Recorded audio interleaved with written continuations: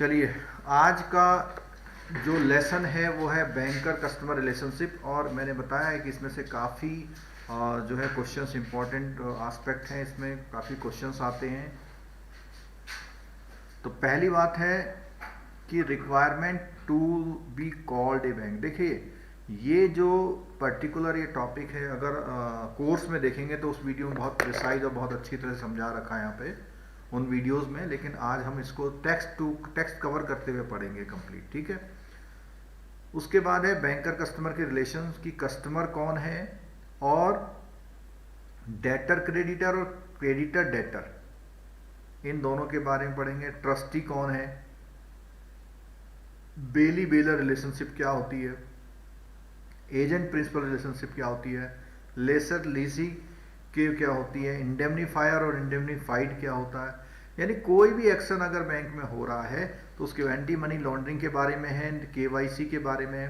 हालांकि ये जो एंटी मनी लॉन्ड्रिंग और केवाईसी है ये एक थोड़ा सा इस टॉपिक से अलग हटके है, लेकिन क्योंकि कस्टमर को पहचानना है अपने कस्टमर कौन है, और कस्टमर क्योंकि आप रिलेशनशिप जब डेवलप कर रहे हैं तो बैंक और कस्टमर की ही बात यहाँ पर होती है, ठीक है। तो इन सब में उसके अलावा कौन कौन सी सर्विसेज कस्टमर हैं, और ये चैप्टर है इसके पूरा। ये वाला जो पार्ट है एंटी मनी लॉन्ड्रिंग और केवाईसी आपके AFB यानी कि जो सेकंड पेपर है उसके मॉड्यूल D में भी इम्पोर्टेंट है। तो ये दो एस्पेक्ट से इम्पोर्टेंट है ये चीज़ें, ठीक है।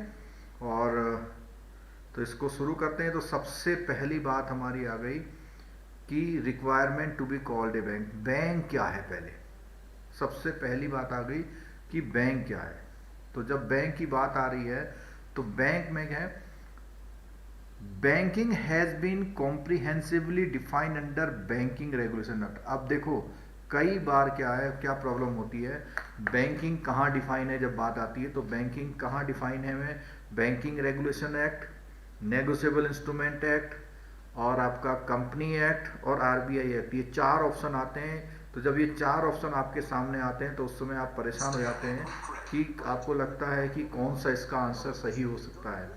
तो बैंकिंग जो कॉम्प्रिहेंसिवली डिफाइन की गई है वो बैंकिंग रेगुलेशन एक्ट में डिफाइन की गई है, ठीक है।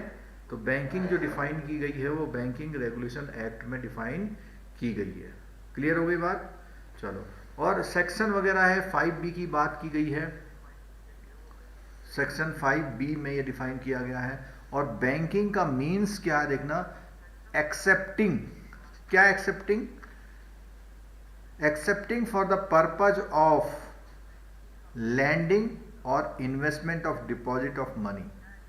तो इस एक्ट में कहा गया है कि क्या एक्सेप्ट करना, किस चीज को, मनी को एक्सेप्ट करना, किस लिए कि आप उसे लैंडिंग करेंगे या इन्वेस्टमेंट करेंगे, और ये मनी कहाँ से रिसीव करनी है, पब्लिक से, और पब्लिक को वापस कैसे करनी है, डिमांड और अदरवाइज, और विड्रॉल बाय चेक ड्राफ्ट, यानी कि चाहे वो किसी भी चीज से विड्रॉल कर ले। इस डेफिनेशन के according banker is engage in the business of accepting deposit from public and utilizing such deposit either for the purpose of lending और द पर्पज ऑफ इन्वेस्टमेंट। ये प्रॉपर जो है एक बैंकिंग की डेफिनेशन हो गई, ये प्रॉपर जो है बैंकिंग की डेफिनेशन है, ठीक है। उसके बाद हम बात करते हैं, let us see the essential laid down definition. Essential laid down definitions क्या हैं जिससे पूरा बैंकिंग को हम समझ लें, ठीक है। तो बैंकिंग में क्या है, क्या चीजें इसेंशियल है जो सेटिस्फाई करती हैं बैंकिंग की डेफिनेशन को। तो कहता है accepting the deposit should be purpose of lending, पहला पॉइंट, लैंडिंग और इन्वेस्टमेंट के पर्पज से आपको उनसे एक्सेप्ट करना डिपॉजिट, ठीक है। Thus the company is accepting deposit for the purpose of financing their trading and manufacturing। यानी जो कंपनी है वो भी डिपॉजिट को एक्सेप्ट तो करती हैं, लेकिन उनका पर्पज क्या होता है, वो अपनी ट्रेडिंग को फाइनेंस करती हैं, यानी ट्रेडिंग के लिए फाइनेंस अवेलेबल करती हैं, या कोई मैन्युफैक्चरिंग बिजनेस में रहती है। इसलिए कोई भी ट्रेडर या कंपनी बैंकिंग नहीं हो सकता। बैंकिंग का पर्पज कि बैंक जो है पब्लिक से डिपॉजिट एक्सेप्ट कर रहा for the purpose of lending and investment, lending and investment, ठीक हो गया। नेक्स्ट बात आती है the deposit should be accepted from the public, public से एक्सेप्ट करना। अब पब्लिक में क्या आता है, कोई भी निधि है, यानी निधि का मतलब कोई फंड है, मल्टी बेनिफिट सोसाइटीज हैं जो कि पब्लिक से डिपॉजिट एक्सेप्ट करती हैं अपने मेंबर से, do not fall under this definition. क्या बोला कि अगर जो निधि या मल्टी बेनिफिट सोसाइटीज का जो डिपॉजिट एक्सेप्ट करती है मेंबरों से, उस चीज को इस डेफिनेशन में नहीं माना गया है। Even the cooperative societies are outside the purview, यानी कोऑपरेटिव सोसाइटी को भी बैंक नहीं किया गया है।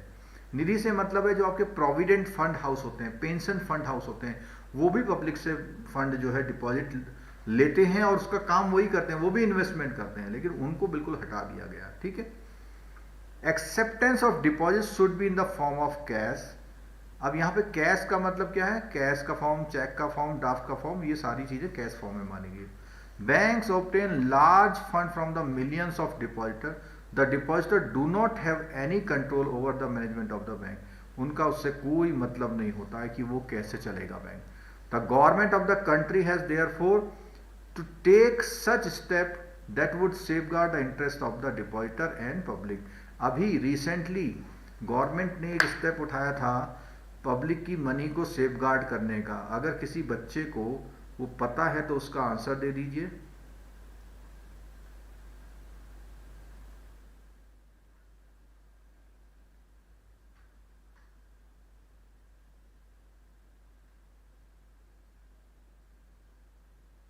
कोई इसका आंसर देगा?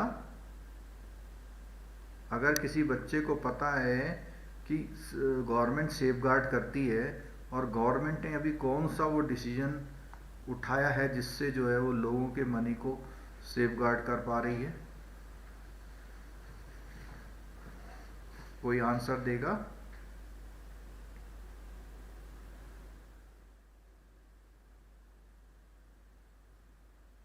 बिल्कुल सही आंसर आया, बिल्कुल सही आंसर आया। सब लोगों ने बिल्कुल मेरी बात को पकड़ा। बिल्कुल 1 लाख से ज़्यादा का जो इंश्योरेंस को उन्होंने 1 लाख से 5 लाख पे जो पहुंचाया है, वो अभी रिसेंटली एक डेवलपमेंट हुआ है कि पब्लिक के मनी का सेफगार्ड करने का सबसे करंट और एग्जैक्ट एग्जाम्पल है। ठीक है। Hence, there existed a need to have the comprehensive legislation. इसीलिए वो बैंकिंग के लिए रूल या लॉ लाती है। ठीक है। The act not only define the term banking but also provide the information about certain essential ingredient to be fulfilled before an entity can be termed. यानी उसने कहा है कि केवल जो एक्ट है काम करने से ही बैंक नहीं हो जाता, उसके अलावा बहुत सारे एसेंशियल इंग्रेडिएंट्स हैं जो एक एज ए बैंक कहलाने के लिए पूरे करने पड़ते हैं। ठीक है। और इंपॉर्टेंट एस्पेक्ट की बात करें, ओनली ए फर्म और a company and not an individual are permitted to act. यानी बैंक बनने के लिए इनमें से कुछ होना चाहिए, यानी एक आदमी बैंक नहीं बन सकता। An individual is not allowed to act as a bank, he or she cannot use the term business. A firm consisting of not more than 10 partners और एक company incorporate under Indian company. अब देखिए इधर सुन लीजिएगा, a firm consisting of not more than 10 partners और एक company incorporated under companies act. अब company act थोड़ा बदल गया है, कैन बी ए बैंक। तो company act 2013 can be bank. अब बैंकर और ए बैंकिंग कंपनी, कौन किसके लिए बोला कि कोई फर्म जिसमें मोर देन 10 पार्टनर ना हो और एक कंपनी। अब यहां पे दो अलग अलग चीजें देखो, कंपनी जहां बात आएगी तो कंपनी लॉ के अकॉर्डिंग जो कंपनी बनी है, या कोई ऐसी फर्म जिसमें 10 से ज्यादा पार्टनर ना हो। तो इसके लिए जैसे प्राइवेट बैंक स्टार्ट होता था तो उसमें यही कंडीशन होती थी कि कम पार्टनर्स हो, क्योंकि ज्यादा पैसा लगाने वाले लोग होने चाहिए। ठीक है। Under section 5C of banking regulation act, banking company means any company that transacts the business of banking in India. ये जो हम टॉपिक पढ़ रहे हैं आपको मैं बहुत क्लियरली बता दूं, सेम यही टॉपिक आपके जो पेपर है आपका लीगल वाला, उसमें भी बिल्कुल यही टॉपिक है, बिल्कुल रिपीटेशन है, ये दो चीज एक साथ कवर हो रही हैं। और अगर किसी को ये लग रहा है, किसी बच्चे को, कि ये लाइन टू लाइन पढ़ने में देर हो जाएगी, तो बेशक वो क्लास को छोड़ सकता है। लेकिन जो लोग क्लास में रहेंगे वो डेफिनेटली बहुत छोटी छोटी बातों को, जो अकेले पढ़ने में आपको समवट बोरिंग फील होता है, वो फील नहीं होगा, और आपका कुछ ना कुछ कॉन्सेप्ट और स्ट्रेंथन होगा। ठीक है। Section 7(1) of the banking regulation act prohibits use of. अब देखो, ये भी कई बार आता है कि हर बंदा या हर फर्म या हर कंपनी अपने आप को बैंकर, बैंकिंग और बैंकिंग कंपनी क्यों नहीं कह सकती। प्रोहिबिट किया गया है सेक्शन 7.171 में बीआर एक्ट के। बीआर एक्ट के सेक्शन 5B में तो बैंकिंग समझाई, सेक्शन 5C में बैंकिंग कंपनी समझाया, क्योंकि बैंकिंग का जो बिजनेस है वो जो करे उसको बैंकिंग कंपनी। और सेक्शन 7(1) में बोला गया कि कोई भी कंपनी अपने आप को बैंकिंग कहां कहां नहीं कह सकती है। ठीक है। और 7(2) में, सेक्शन 7(2) में इसी एक्ट के कहा गया है कि वो use prohibits the use of such word by an individual or a group of, यानी कोई इंडिविजुअल या ग्रुप ऑफ इंडिविजुअल इस शब्द का यूज, सच वर्ड, ऐसे वर्डों को प्रोहिबिट किया गया है। ठीक है, क्लियर हो गया बात। यानी इसको समझ लीजिएगा, 7(1) में तो किसी कंपनी को प्रोहिबिट किया गया है, और 7(2) में इंडिविजुअल्स को मना किया गया है, और ग्रुप ऑफ इंडिविजुअल्स को। ठीक है।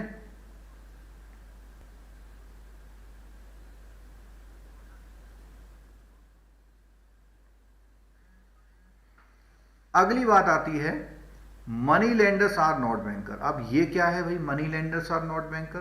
तो इसमें क्या है, डिफरेंट डिसीजन हुए हैं। उसमें मनी लेंडर, महाजन, साहूकार और सोसाइटी हैं, उनको ये मना किया गया है कि उनको आप बैंकर ट्रीट नहीं करेंगे। The main reason for this is that they run their business as individuals or group of individual and not as a company registered under a provision of the Company Act and the Banking Regulation Act.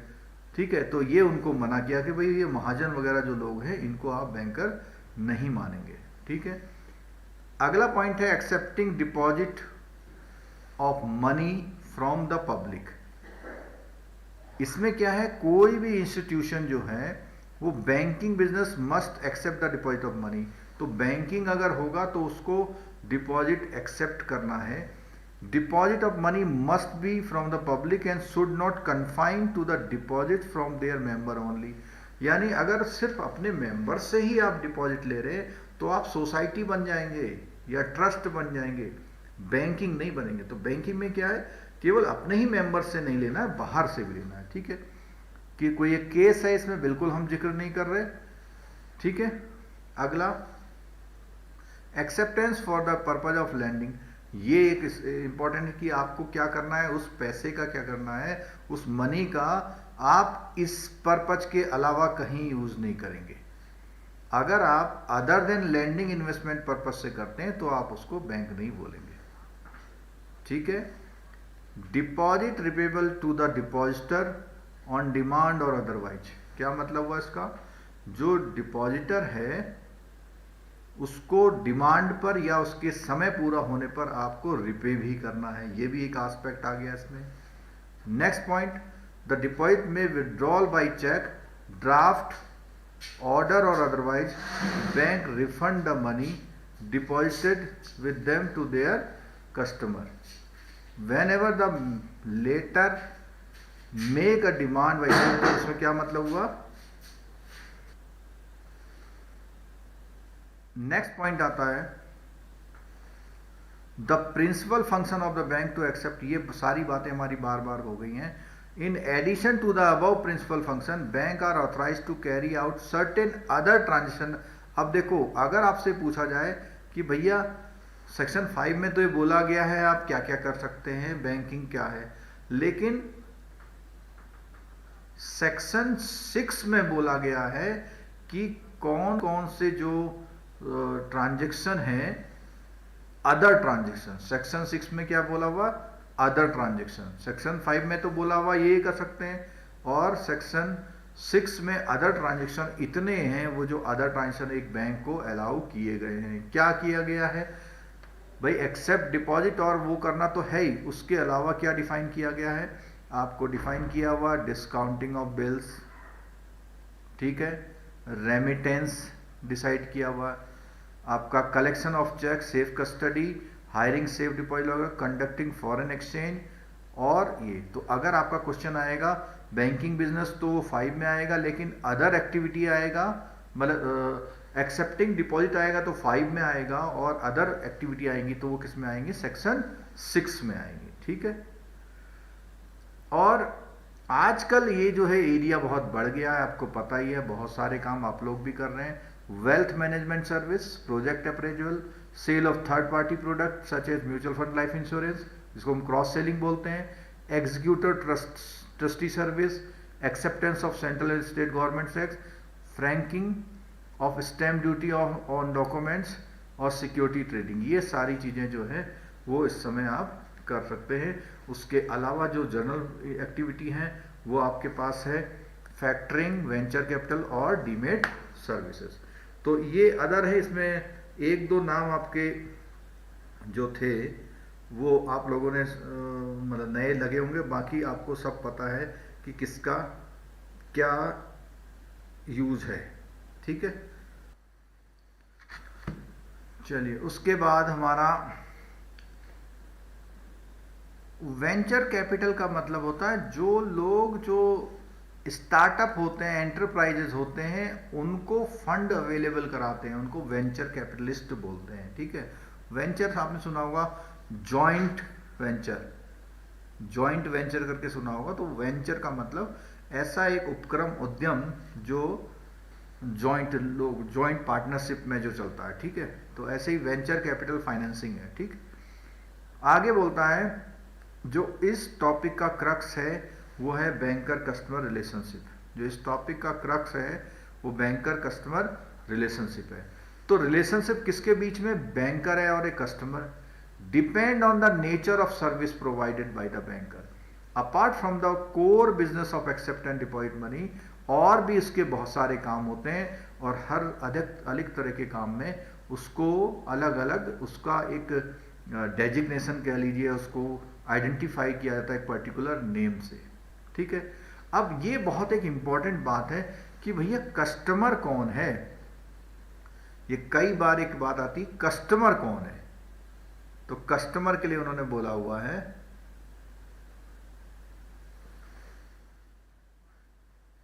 Customer of a bank is not defined by law, ordinary a person.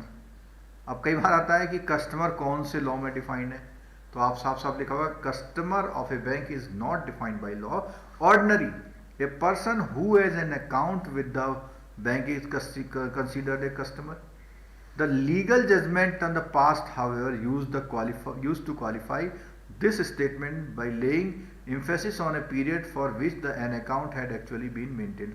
अब क्या है कि पहली बात तो ना जिसका account है वो कस्टमर हो गया, फिर कई सारे डिसीजन आए उसमें वही कितने दिनों से वो मेंटेन कर रहा है। तो इसमें किसी एक ये हैं सर जॉन पेगेट हैं, इन्होंने बोला to constitute a customer there must be some recognisable course और habit dealing in the nature of regular banking business. तो इन्होंने कहा भैया कुछ ऐसा रेगुलर आने वाला होना चाहिए वो, ये नहीं एक बार अकाउंट खोल लिया 10 साल पहले और आप उसे कस्टमर बोल रहे हो, ठीक है। फिर this definition of customer bank lays emphasis on the duration and of the dealing between banker customer, यानी उसका कितना ड्यूरेशन थ्योरी बोला गया, इसका क्या बोला हुआ। अब देखिए ये क्वेश्चन भी कई बार एग्जाम में आता है कि ड्यूरेशन थ्योरी किसकी है। तो जब आपने बिल्कुल नहीं सुना होगा तो आप बिल्कुल भी इसका आंसर नहीं दे सकते कि ड्यूरेशन थ्योरी किसकी है। क्लियर होगी बात कि ड्यूरेशन थ्योरी किसकी है, आप बिल्कुल भी आंसर नहीं दे सकते अगर आपने बिल्कुल ये बात नहीं सुनी है तो। क्लियर होगी बात। चलो आगे देखते हैं। According to this blueprint, a person does not become a customer of the opening of account. He must have accustomed to deal with the banker before he is designated. यानी इसमें ये बोला हुआ है कि भैया जितने भी लोग हैं उनको तभी आप कस्टमर बोलेंगे जब उनको आपके बैंक में आने की कुछ हैबिट सी भी हो, वो रेगुलर किसी काम से आपके बैंक में आ रहे हो, तभी आप उनको कस्टमर बोलेंगे। ठीक है, क्लियर हो गया? चलो आगे। The above mentioned emphasis on the duration of the bank account is now discarded. According to doctor Hart आ गए, अब दूसरे आ गए doctor Hart. Customer is one who has an account with the banker for whom banker habitually undertake to act as such, supposing this blueprint the Kerala High Court। अब उसमें क्या है, केरल हाई कोर्ट ने कुछ क्या दिया, एक डिसीजन भी दिया है। ठीक है, अच्छा अब अगर हम आगे बढ़ते हैं तो यह क्या, for a purpose of KYC policy customer. अब देखो केवाईसी का अपना रोना आ गया, तो आंसर आप दे सकते हैं कि केवाईसी का जो मामला है वो कौन से एक्ट में सबसे पहले डिफाइंड है। आपको आंसर देना है केवाईसी जो है सबसे पहले कौन से एक्ट में डिफाइंड है। आपका आंसर मुझे चाहिए, केवाईसी कौन से एक्ट में डिफाइंड है। जितने भी आपके दोस्त जेआईबी कर रहे हैं सबको बोल दीजिए कमल सर की क्लास ले लीजिए, गारंटी वाली क्लास चल रही। मैं बहुत एक्स्ट्रा एफर्ट कर रहा हूँ इस क्लास के लिए, अपने डेली रूटीन से टाइम निकाल करके। और मज़े की बात है ये क्लास बिल्कुल फ्री ऑफ कॉस्ट है, इसके लिए कोई पैसा आपसे लिया नहीं जा रहा है, बस केवल आपको क्या है टाइम पे अपनी क्लासेस वो करनी है। तो मधुलिका जी का आंसर आया है कि ब्रांच एक्स BRA एक्ट में किया गया है, और कई लोगों का आंसर आ रहा है PMLA एक्ट। ठीक है, तो देखो इसमें जो है केवाईसी की जो गाइडलाइन है वो एक दो आंसर और आ रहे हैं BR एक्ट के 21 और 25 में। तो इसमें जो मेरा आंसर है वो PMLA का है, क्योंकि केवाईसी का जो सिस्टम है वो बहुत ही नया है। नया का मतलब आप ऐसे समझ लीजिए कि जब हमने बैंकिंग शुरू की थी उसी समय ये इंट्रोड्यूस हुआ था। ठीक है, तो अब ऐसा देखिए केवाईसी की गाइडलाइन में, पॉलिसी में क्या है, अ पर्सन और entity that maintains an account और हैज ए बिजनेस रिलेशनशिप, तो अकाउंट मेंटेन करना और बिजनेस रिलेशनशिप दोनों करना। ठीक है, with the bank, one of whose behalf the account is maintained, उसको बोलते हैं beneficial owner. Government of India की नोटिफिकेशन आई थी और 2010 में rule 9 sub rule 1 of PMLA rule, तो prevention of money laundering act का रूल्स है, उसमें beneficial owner means natural person who ultimately owns और कंट्रोल्स अ क्लाइंट एंड और the person on whose behalf a transaction is being conducted. अब कई बार क्या होता है, पावर ऑफ अटॉर्नी से भी काम चल रहा है, तो डील तो कोई और बंदा कर रहा है, और अकाउंट किसी और का है, तो वो बोल रहा है कि किसी ने किसी के बिहाफ पे भी कोई काम कर रहा है। And includes a person who exercise ultimate effective control over a judicial person. तो अब इसमें देखो केवल वो पर्सन ही नहीं, उसका जो रिप्रेजेंटेटिव है उसको भी कस्टमर का दर्जा दे रहे हैं। ठीक है, beneficiary of transaction conducted by professional intermediaries such as stockbroker, chartered accountant, solicitors etc. as permitted under the law। and तो अब इसमें क्या हो रहा, कई बार क्या होता है जो बेनिफिशियरी के ट्रांजैक्शन होते हैं कई और लोग भी जो है डील करते हैं। जैसे मान लिया आपका अकाउंट है और आपने दाऊद इब्राहिम जी को भेज दिया कि भैया मेरा एक विड्रॉल ले आओ, वहाँ से मेरा एक विड्रॉल ले आओ, तो कस्टमर की उसमें आने में तो गवर्नमेंट ऑफ इंडिया के जो कानून है उसमें कुछ लिस्ट होती हैं जो ब्लैक लिस्टेड लोग होते हैं, तो उनको भी आप कस्टमर का दर्जा नहीं दे सकते। any person or entity connected with the financial transaction which can pose significant reputational or other risks to the bank, say wire transfer और वायर ट्रांसफर मतलब एक तरह से समझ लो वायर ट्रांसफर और इशू है high value demand draft on a single transaction. तो क्या है, कोई बंदा जो है कोई फाइनेंशियल ट्रांजेक्शन कनेक्ट करता है और आपके लिए बहुत रेपुटेशनल या किसी तरह का रिस्क भी है, वो बंदे की भी बात करी गई है इसमें। क्योंकि केवाईसी में किन किन लोगों पे निगरानी रखनी है उसको एक कस्टमर टाइप में माना गया है। For the purpose of KYC आपको इन लोगों की भी निगरानी रखनी है।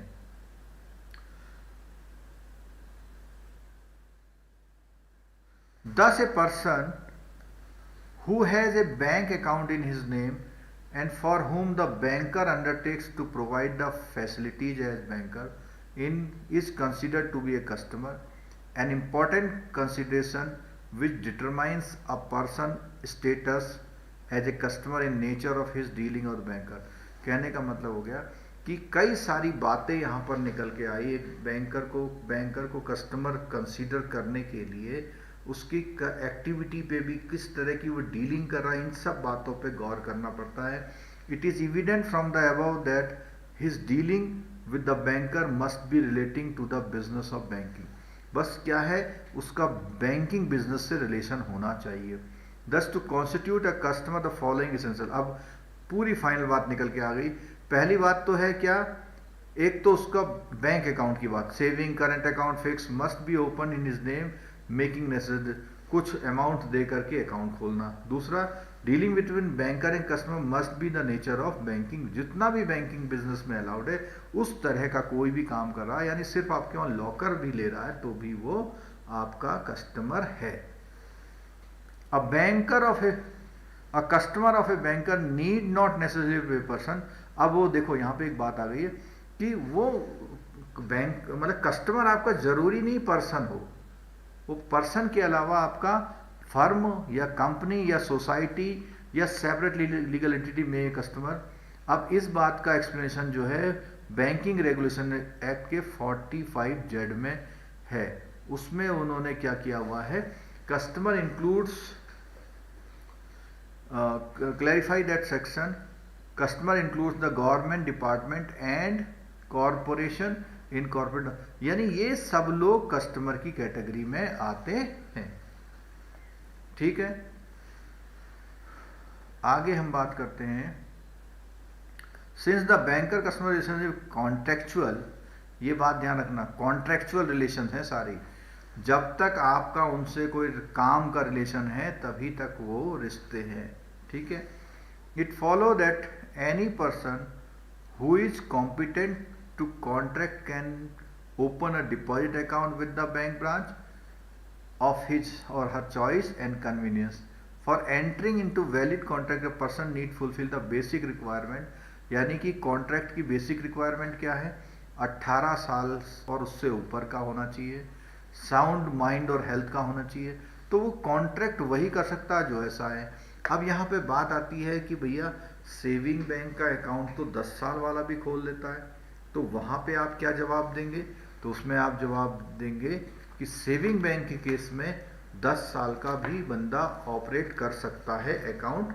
ये बाद में जो है चेंजेज आ गए। अगर आप देखेंगे इसमें, children older than 10 years will no longer need to be help their parent account.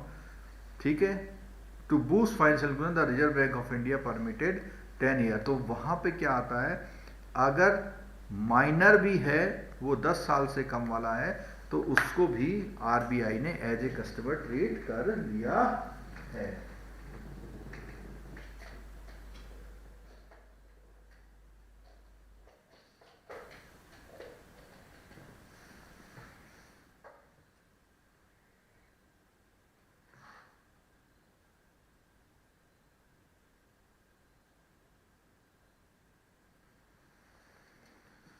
Clear हो गया?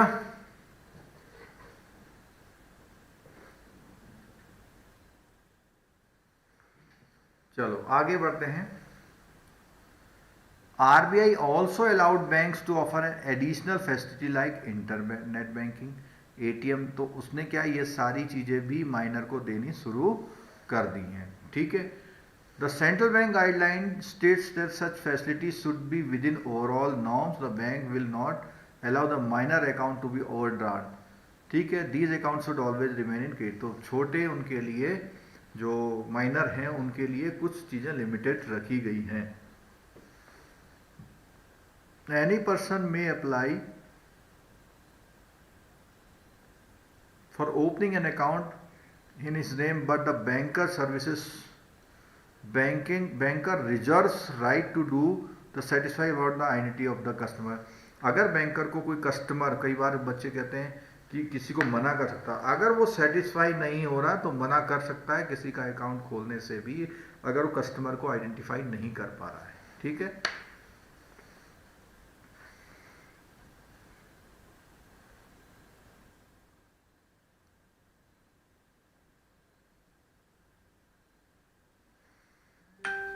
चलो जी, ठीक है।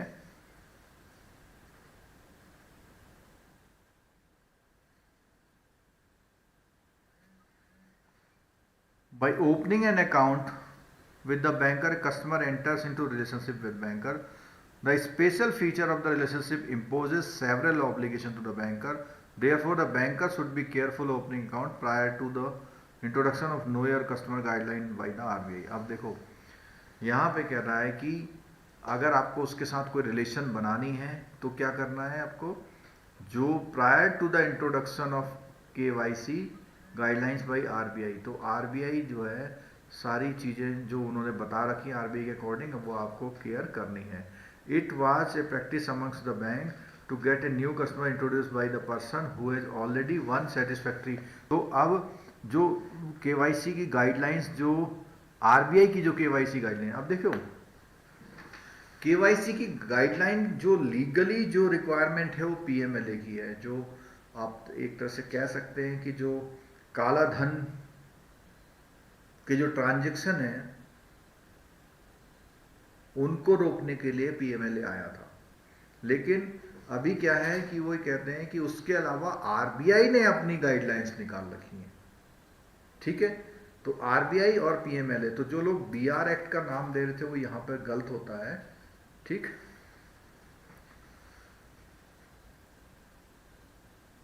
It was practice amongst the bank to get a new customer introduce, तो पहले ऐसा होता था भाई पुराने कस्टमर से आप वो करा लेते थे या किसी स्टाफ से करा लेते, अब पहले बहुत सारी प्रैक्टिसेस अलाउड थी इसमें। The objective of KYC AML CFT guidelines to prevent the bank being used intentionally और unintentionally by the criminal element for money laundering, ये आ गया ना, और टेररिस्ट फाइनेंसिंग भी आता है। टेररिस्ट फाइनेंसिंग या मनी लॉन्ड्रिंग को रोकने के लिए KYC AML और CFT के जो वो है पूरे ऑब्जेक्टिव है, उनके लिए KYC को लाया गया, ये सब लाया गया। KYC procedures also enable bank to know understand their customer. अब नो योर कस्टमर मतलब किसकी फाइनेंशियल डीलिंग क्या है वो भी आपको मदद मिलती है, और उसका रिस्क क्या है ये भी पता चलता है। उसके अलावा आपको मार्केटिंग में भी बहुत फायदा मिलता है, ठीक है। These guidelines of RBI have been deal with the separately subsequent paragraph। चलो ठीक है। अब पहला जो रिलेशन आ गया देखो, debtor creditor, bank is debtor a customer is creditor, ठीक है।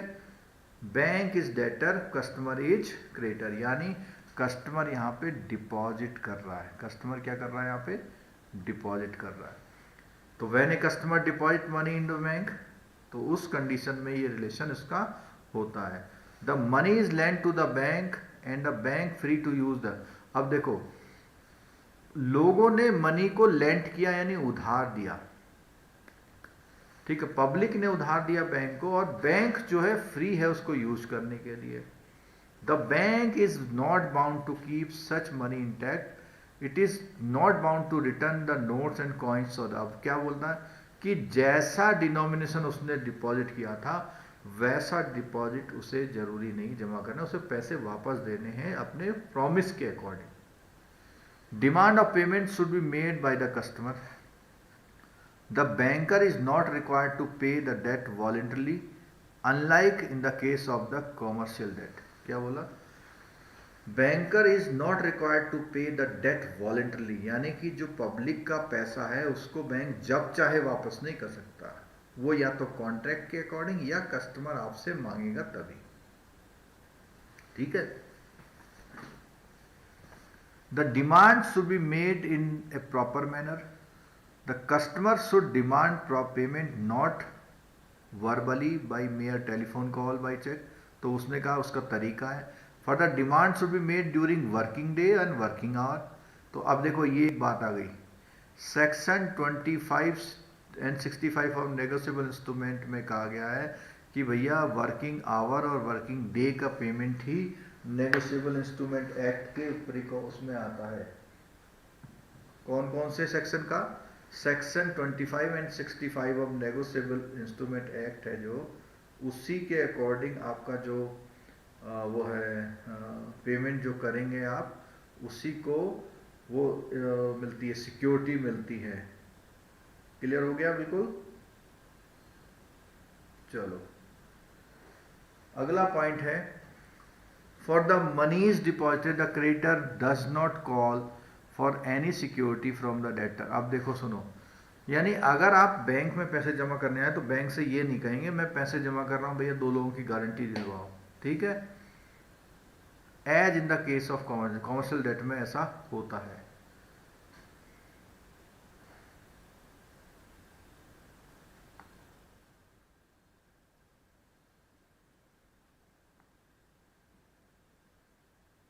लिक्विडेटर क्या होता है? जब कोई कंपनी बाइंडिंग होती है या कोर्ट के आदेश आते हैं इसको बंद करके लोगों का पैसा दे दो, ऐसी कंडीशन में उसके जो एसेट्स होते हैं कंपनी के, ऐसी कंडीशन में जो कंपनी के एसेट्स होते हैं उनको अमाउंट में कन्वर्ट करना, जिससे लोगों का, डिवेंचर वालों का, बैंक का कर्जा दिया जा सके, इस प्रोसेस को लिक्विडेशन कहते हैं। और इस लिक्विडेशन प्रोसेस को करने के लिए कोर्ट एक लिक्विडेटर अपॉइंट करते हैं। ठीक हो गया? चलो अब इस क्लास में आ जाइए। ये तो मैंने बात करी पिछली क्लास की। इन द केस ऑफ डिपॉजिट,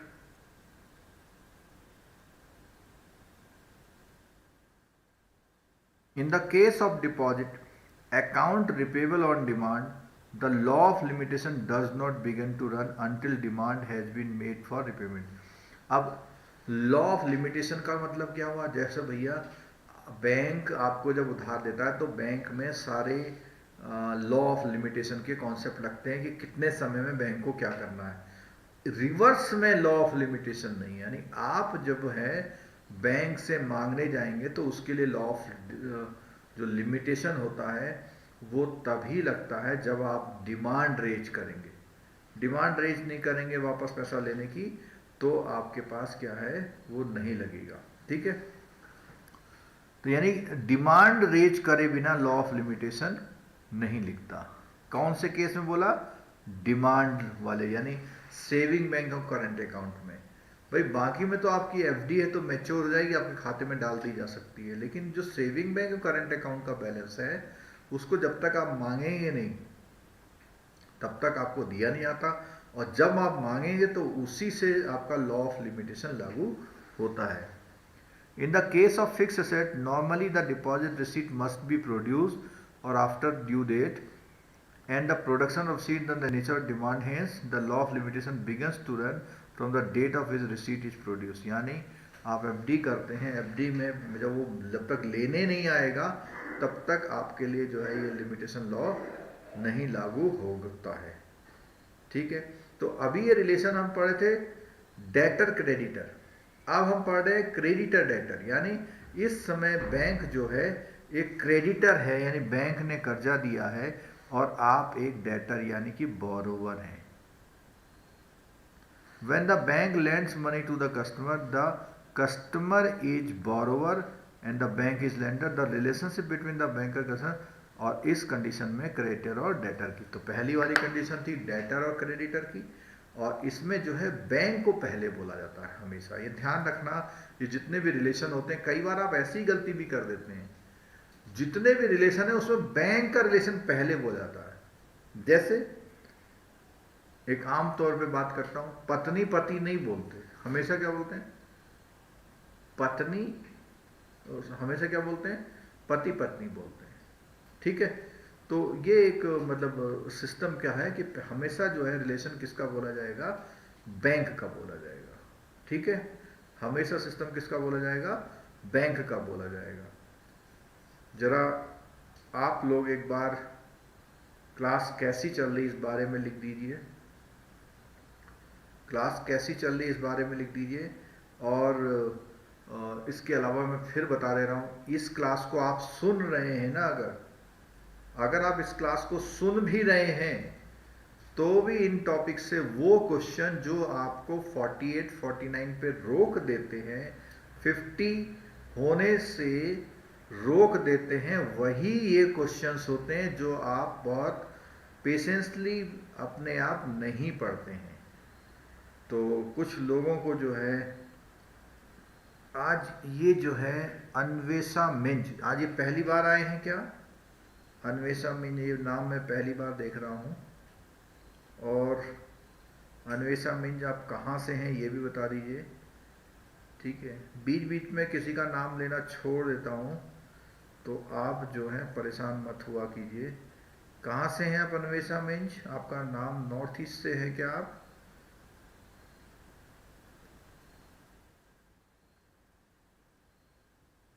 ये कौन है? Aunty Lenovo and Flipkart shopping app.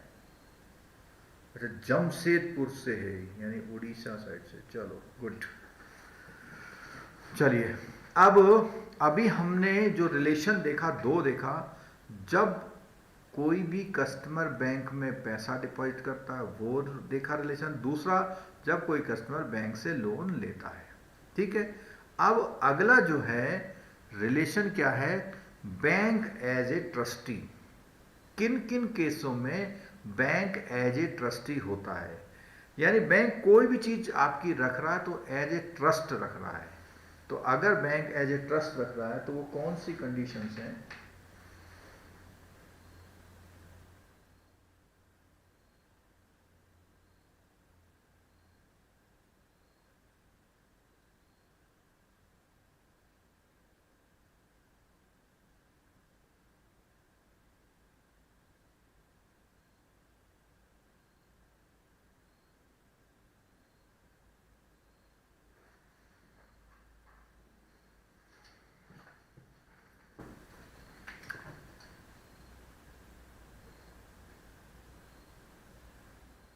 अच्छा, आपने नाम जो है संदीप सांघले रखा हुआ है आपका, और आपने उसमें नाम ऐसा रखा हुआ। कोई बात नहीं, चलो थोड़ी थोड़ी कभी ये मान लिया करो मैं मजाक कर रहा हूँ। कोई बात भी दिल में मत लिया करो भैया आप लोग। ठीक है, गलती हो जाती है बोलने मालने में हमसे कुछ। क्लियर है? तो कोई भी आप वो नहीं करोगे। चलो, तो अब यहाँ बात आए कि ऐसे वो कौन से केसेस हैं जहां पे वो ट्रस्टी की रिलेशन होती है। तो बोलता है जब आप कोई भी वैल्यूएबल सिक्योरिटीज या कोई गुड्स जो होता है बैंक में सेफ कीपिंग के लिए रख रहे हो, deposit a certain amount of money for specific purpose. ये देखो, ये बात भी आ गई कि आपने कहा ये पैसा रख लो, जब बिजली का बिल आएगा तो ये दे देना। ठीक है, the banker beside becoming a bailee is also a trustee. अब यहां देखना, इस कंडीशन में बोल रहा है bailee is also a trustee. In the case of Subramaniam Pillai and others versus Palai central bank limited. तो ये बहुत 1962 का कोई केस है, जब आपका वो नहीं हुआ था, नेशनलाइजेशन नहीं हुआ था, तो उसके क्या स्क्रीन ब्लर हो रही है? जरा आप लोग कंफर्म करिए क्या स्क्रीन ब्लर हो रही है? आप ममता अपना जो वो जो पी होता है ना 144 240, उसके आप ऊपर बढ़ा लीजिए तो 3 डॉट होते हैं यूट्यूब में।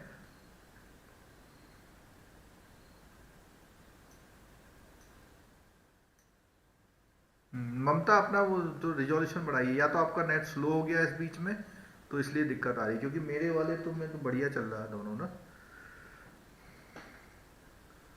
बेलर बेली पॉनर पॉनी का क्वेश्चन को लेकर थोड़ा डाउट होता है, एक बार बिल्कुल इस टॉपिक में ही आना है सोहन तालुकदार जी, ये उसमें पूरा होना है, ठीक है।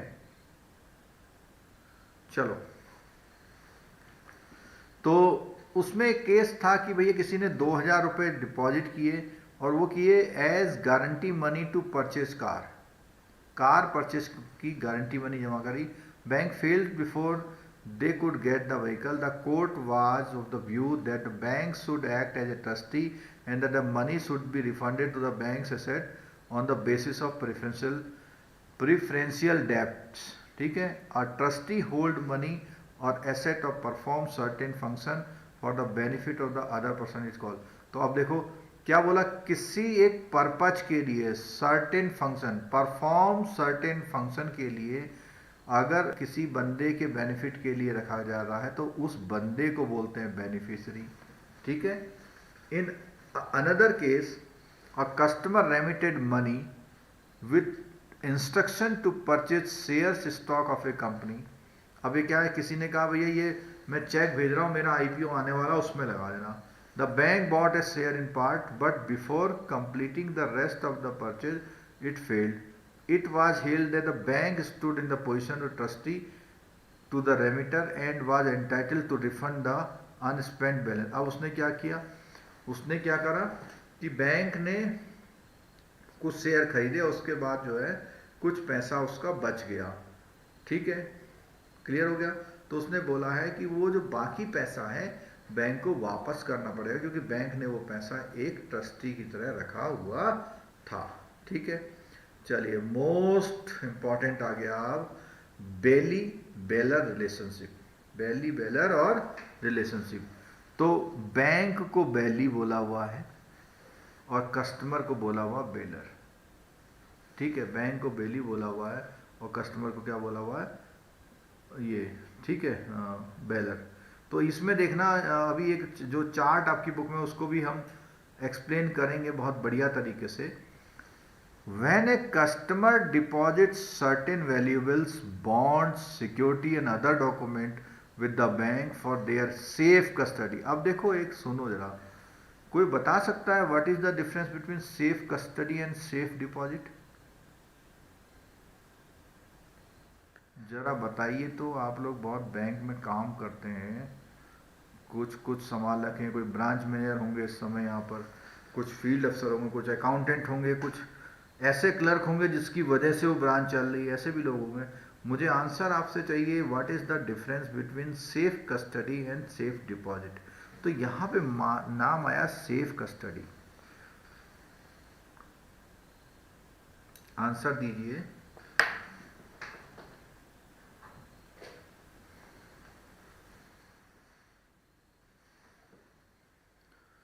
मैं आपका आंसर का इंतजार कर रहा हूं।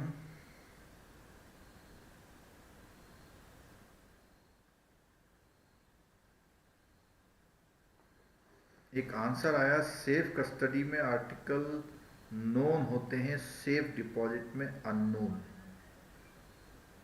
चलो, गुड आंसर। और कुछ बता सकते हैं? अच्छा, सेफ डिपॉजिट का कोई एग्जाम्पल दे सकते हैं? इसमें सेफ कस्टडी का एग्जाम्पल तो दिया हुआ था।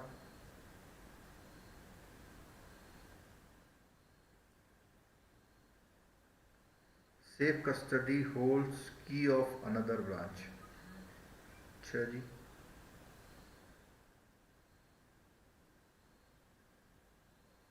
अजिंक्य जी, वीरेंद्र जी ने जो आंसर दिया है इसको एक्सप्लेन कर सकते हैं? वो कहते हैं सेफ कस्टडी में दूसरे ब्रांच की रखी जाती है। Safe article and safe deposit में कैश में हो सकता है, safe article and safe deposit में कैश में हो सकता है। अच्छा जी, और कोई answer? Locker is a safe custody. चलो, बहुत बढ़िया, आप लोगों ने आंसर दिए। तो अब मैं जो है इन आंसरों को थोड़ा एक्सप्लेन करता हूँ अपने हिसाब से। देखिए, पहले क्या होता था कि लोग अपनी जो, मान लिया कोई फॉरेन में नौकरी करने जाता था, तो अपनी जितनी डिग्री होती थी ओरिजिनल, वो जमीन के कागज बैंक में जमा कर जाता था। तो आप बता सकते हैं कि अगर कोई जमीन के कागज बैंक में जमा कर,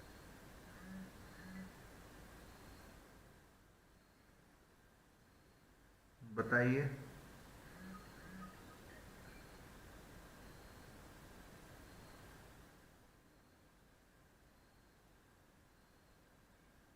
सेफ कस्टडी गलत आंसर, ओ सॉरी सही आंसर, बिल्कुल ठीक है। जब एक उन्होंने आंसर दिया था नोन और अननोन वाला, वो कॉन्सेप्ट भी है, ठीक है। और जो आपने अभी एक आंसर दिया था, दूसरे उसकी जो कीज होती हैं वो जमा करते हैं, तो वो सेफ कस्टडी में होता है या सेफ डिपॉजिट में होता है? वो सेफ कस्टडी में होता है, ठीक है, डिपॉजिट में। और जो सेफ डिपॉजिट है, तो उसको हम बोलते हैं सेफ डिपॉजिट लॉकर, ठीक है। और सेफ कस्टडी में वैल्यू, तो इसमें क्या है, वो ट्रस्टी की तरह रख रहा है सेफ कस्टडी में, ठीक है, वो सॉरी बेली की तरह रख रहा है। Besides becoming a trustee as discuss earlier also becomes, अब वहां पहले भी बताया था कि भैया ट्रस्टी भी है और बेली भी है, and the customer is a bailor according to terms section 140 of Indian contract act. The bank becomes custodian of the security of the customer and hence as a bailey is liable for any loss caused to the bearer due to। अब देखो, वही कह रहा है कि अगर कोई negligence हो जाए उस मामले में, तो no audio, audio is going well.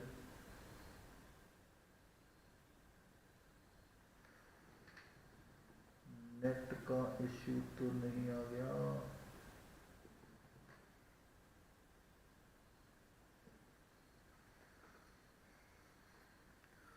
जरा बताइए तो। Still audio is missing.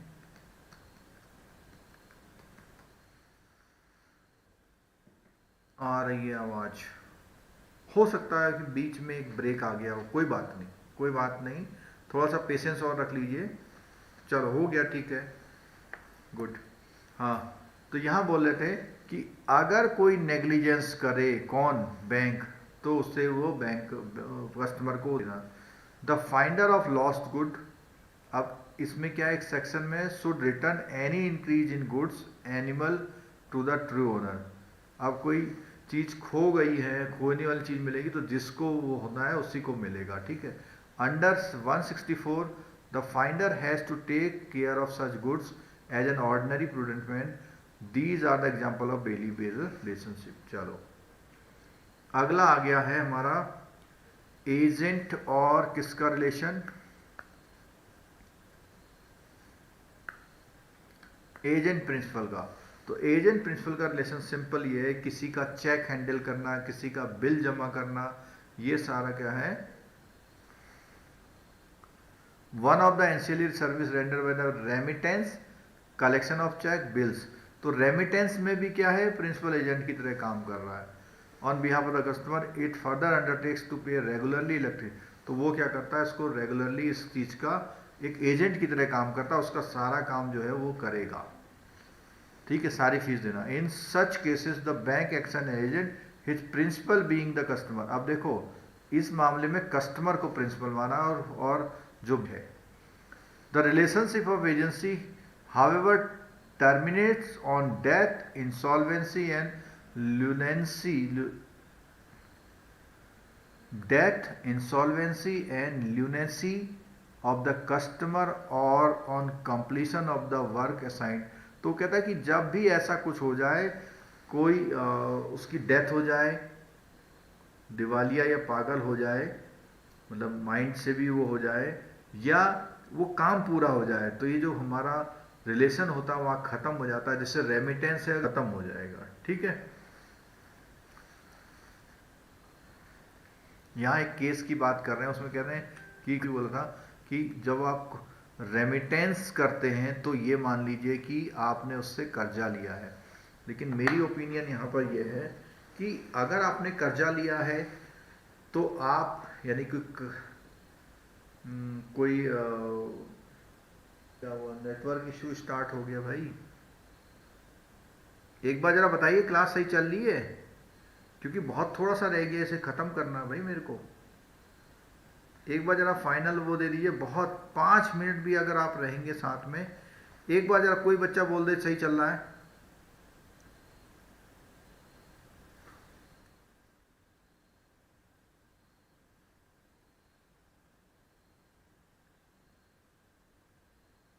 चलो, अब कोई वो कमेंट नहीं करिए, बफरिंग। अब थोड़ा बहुत प्रॉब्लम आ रहा तो सुन लीजिए, 5 मिनट में मैं कंप्लीट कर दूंगा क्लास को।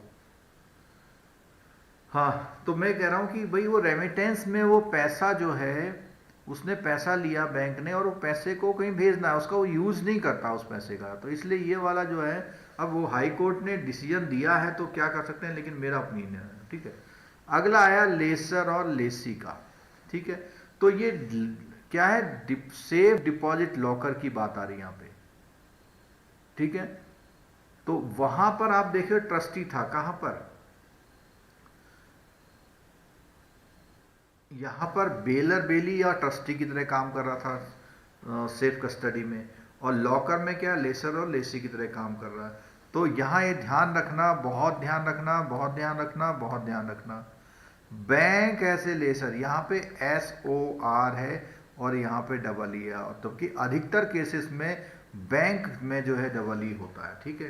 The bank provide safe custody of the banker who hire them lease basis, the relationship therefore is that the lesser lessee in certain bank the relationship is term है licensor. और अब देखो कुछ bank अपना नाम बोलते हैं क्या, लाइसेंसर और लाइसेंसी।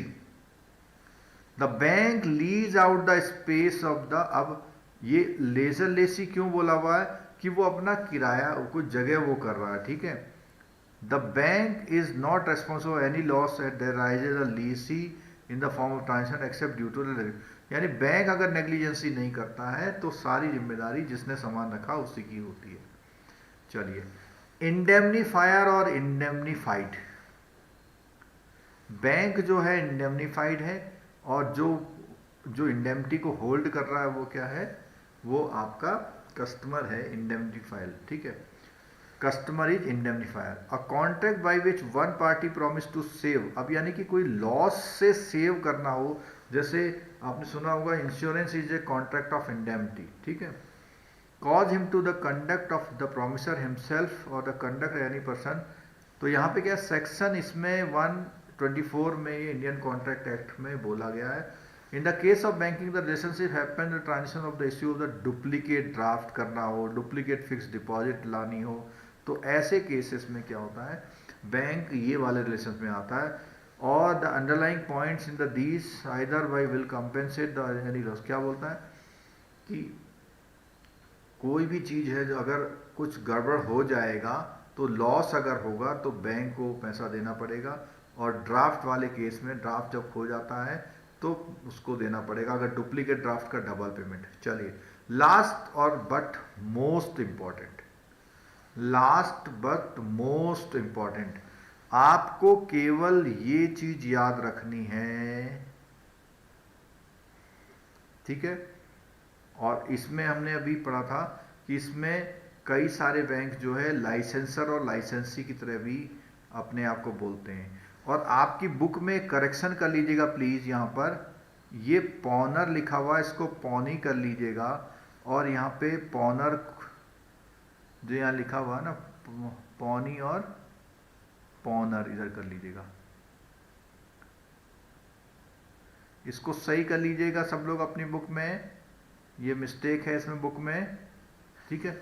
चलिए, ये लास्ट चार्ट है और आप ये समझ लीजिए, इस चार्ट में से आपको, इस चार्ट में से आपको कभी कभी 2 मार्क्स मिल जाते हैं, ठीक है। तो वैसे तो हमने safe custody, collection cheque, purchase of draft कर लिया था, थोड़ा ये प्लेज और मॉर्गेज वाला आप लोगों को लास्ट क्लास में वैसे बता दिया था हमने, फिर भी स्टैंडिंग इंस्ट्रक्शन में एजेंट की तरह काम करता है। Cell purchase security on behalf of the customer, agent की तरह काम करता है। Money deposited but instructed not given for disposal, उसमें क्या है, ट्रस्टी की तरह काम करता है, ठीक है। आर्टिकल्स लेफ्ट बाय मिस्टेक में ट्रस्टी की तरह काम करता है। शेयर्स गिवन फॉर सेल में एजेंट की तरह काम करता है, और हाइपोथिकेशन में हाइपोथिकेटी की तरह काम करता है। तो केवल एक तो इसको जरूर याद रख लेना, लेसर लेसी वाले को, बाकी सारे लेसन इस तरह से है, ठीक है। तो हमारा नेट वेट भी शायद अब थक गया है, गड़बड़ कर रहा है। आज की क्लास हमारी यहीं पे ख़त्म होती है, और जिन लोगों ने अभी तक चैनल सब्सक्राइब नहीं किया हुआ है, इसमें 6 लोग ऐसे हैं शायद जिन्होंने अभी तक चैनल सब्सक्राइब ही नहीं किया है। और अब जो है सब्सक्राइब करने के बाद चैनल में क्या आता है, 3 ऑप्शन आने लग गए हैं कि वीडियो भी, लाइव भी, सब कुछ ना। तो आपको क्या करना चाहिए, सब वो कर लेना चाहिए, ठीक है। और ये सेशन बहुत इंपॉर्टेंट है, ये सेशन बहुत इंपॉर्टेंट है, आप इसको दोबारा भी सुन सकते हैं। बेसिक चीजें क्लियर करी हैं, लीगल में भी इसका रोल है। ये जो टॉपिक है आपका पीपीबी और लीगल दोनों में से क्वेश्चन अराइज कराता है, तो इसलिए दोनों को बढ़िया करके कर लीजिएगा, ठीक है। अब समय हो रहा है, इसी के साथ गुड नाइट, थैंक यू। और कल के लिए मुझे थोड़ा सा ये बोलना है, कल मॉर्निंग की क्लास नहीं होगी, तो जो लोग हैं कल मॉर्निंग की क्लास नहीं होगी, कल नाइट की क्लास होगी। टुमारो